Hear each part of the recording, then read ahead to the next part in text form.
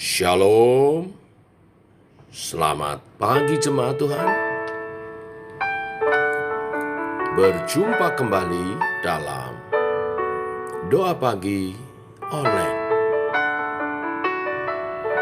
Ajar kami Tuhan menghitung hari-hari, agar kami beroleh hati bijaksana.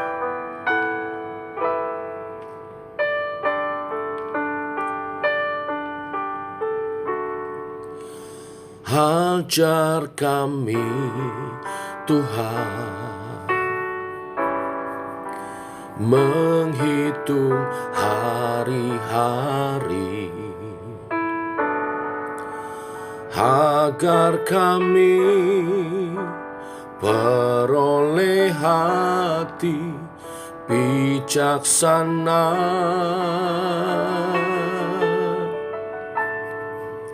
Ajar kami Bapa, hidup dalam jalan-Mu, agar semua rencana-Mu digenapi. Mulialah nama-Mu Tuhan, dan ajaib jalan-Mu. Pimpin kami di setiap waktu, besar setia-Mu Tuhan, agunglah karya-Mu. Yesus, kami bersyukur padamu.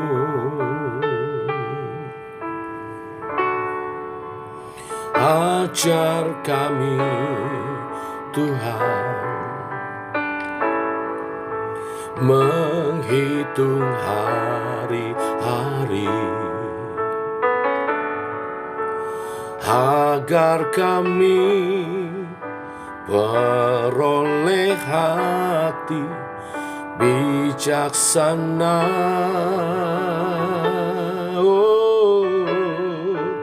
Ajar kami Bapa, hidup dalam jalan-Mu, agar semua rencana-Mu digenapi. Oh, mulialah nama-Mu Tuhan, dan ajaib jalan-Mu. Pimpin kami di setiap waktu, besar setia-Mu Tuhan, agunglah karya-Mu. Yesus, kami bersyukur padamu. Mulialah nama-Mu Tuhan, dan ajaib jalan-Mu. Pimpin kami di setiap waktu, besar setia-Mu Tuhan. Tuhan, agunglah karyamu. Yesus, kami bersyukur padamu. Oh Yesus, kami bersyukur padamu.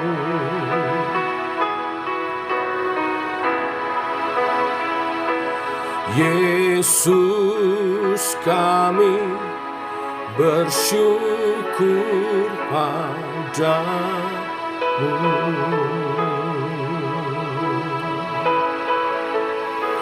Oh,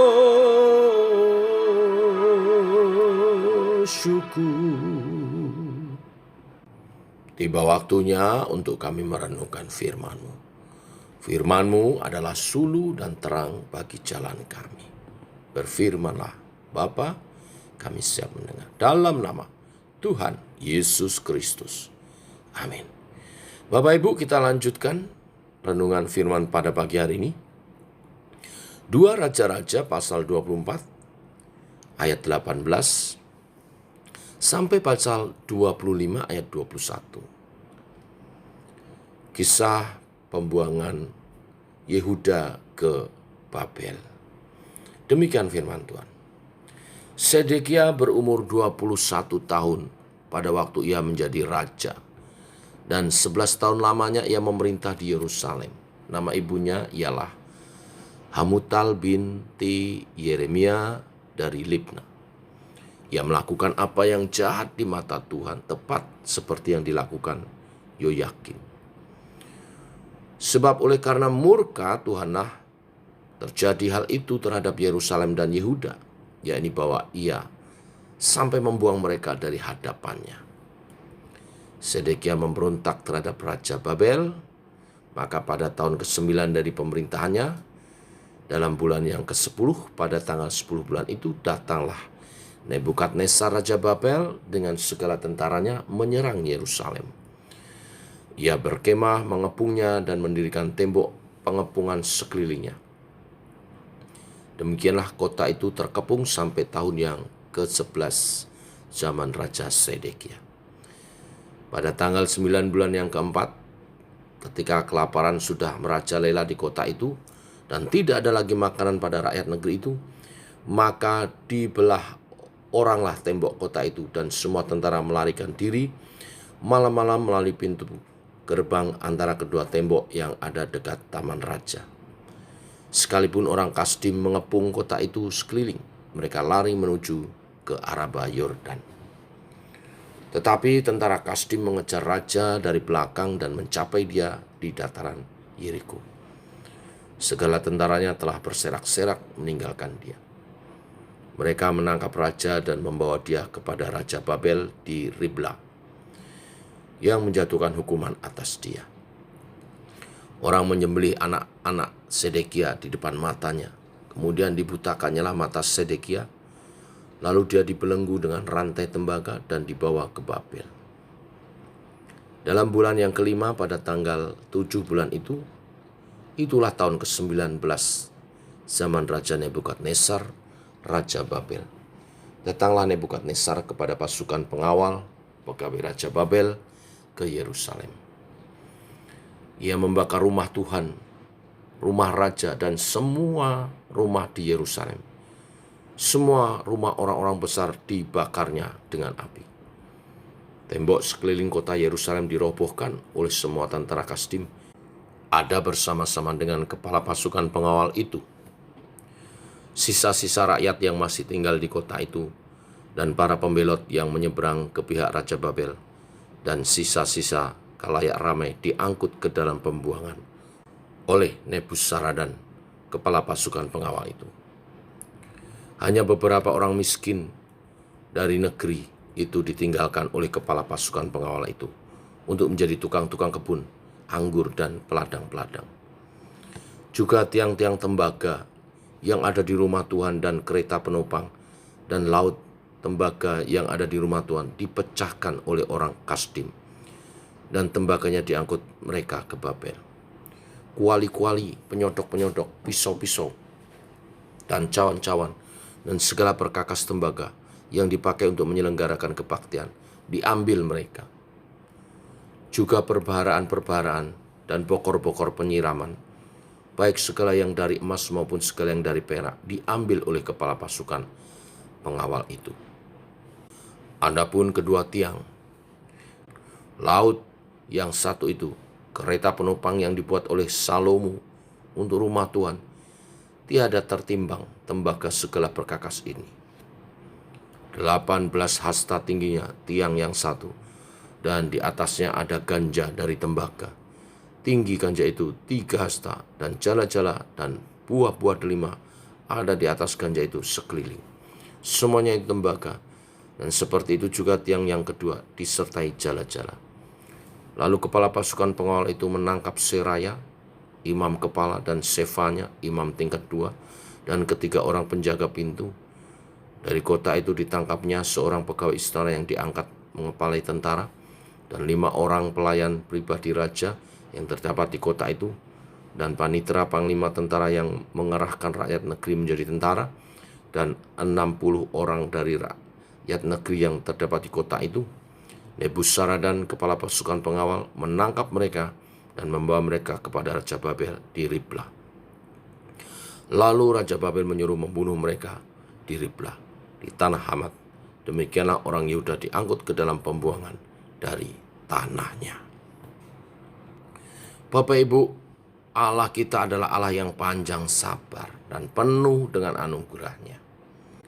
Tetapi perlu diingat bagi semua umat Tuhan, bahwa Tuhan juga adalah Allah yang kudus, yang harus disembah umatnya, dan juga Allah yang adil, yang membalas kejahatan dengan kejahatan dan menghukum yang bersalah.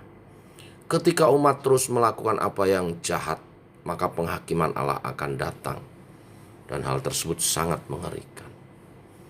Setelah kematian Raja Yosia, kerajaan Yehuda merosot secara tajam. Anak-anak Yosia silih berganti menjadi raja, tetapi mereka semua melakukan apa yang jahat di mata Tuhan. Anak Yosia yang terakhir menjadi raja, yaitu Sedekia, juga melakukan apa yang jahat di mata Tuhan.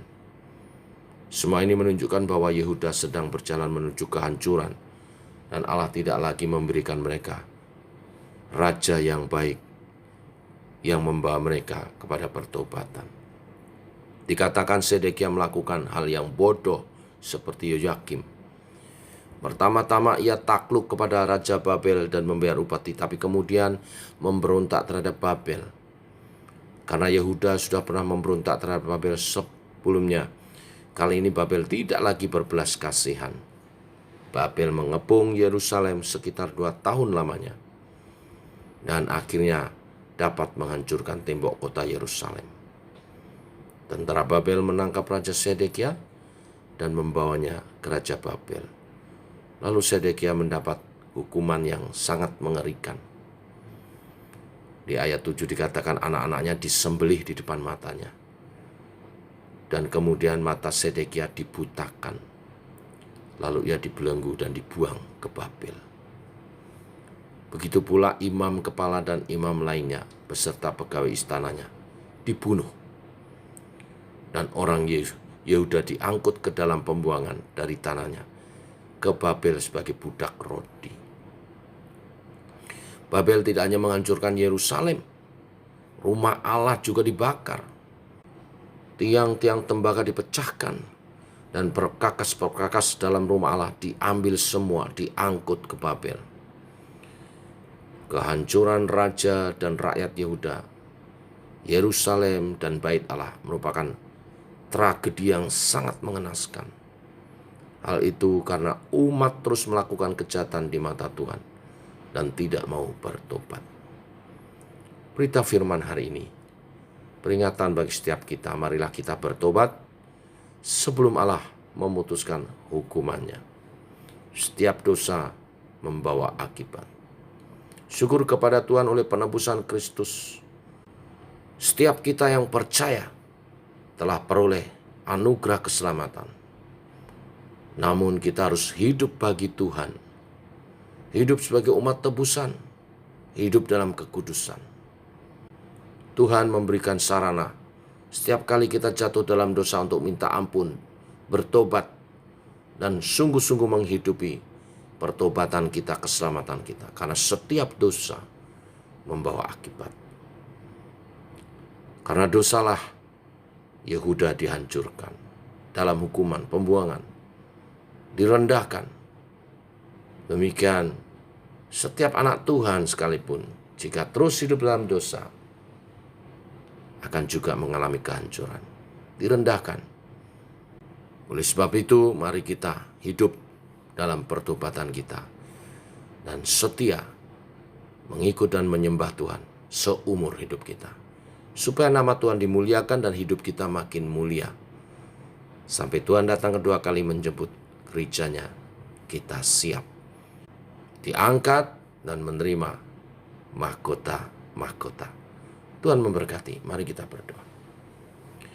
Bapa dalam surga, dalam nama Tuhan Yesus, kami mengucap syukur oleh kasih dan anugerah-Mu, rahmat-Mu baru. Kasih-Mu besar.